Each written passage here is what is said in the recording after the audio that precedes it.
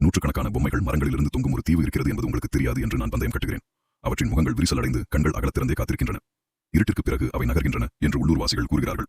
Mexico நகரத்திற்கு வெளியே உள்ள சோச்சிமில்கோவின் வளைந்த கால்வாய்களில் ஆழமாக துணிச்சலான ஆய்வாளர்கள் கூட கிசுகிசுக்கும் ஒரு தீவு இருக்கிறது. சிலர் அதை இஸ்லா டி லாஸ் முனேகாஸ், பொம்மைகளின் தீவு என்று அழைக்கிறார்கள். ஆனால் பெரும்பாலானவர்கள் அதை பேய் என்று அழைக்கிறார்கள்.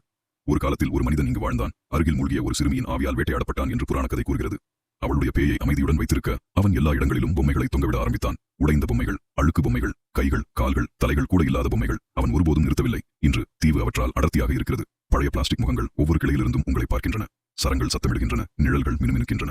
நீங்கள் கூர்ந்து கவனித்தால் பொம்மைகள் கிசுகிசுப்பதை கேட்பீர்கள் என்று சிலர் கூறுகிறார்கள். அல்லது நீங்கள் நடக்கும்போது அவர்களின் கண்கள் உங்களை பின்தொடர்வதை காண்பீர்கள். உள்ளூர்வாசிகள் எச்சரிக்கிறார்கள், ஒருபோதும் தனியாக பார்க்க வேண்டாம்.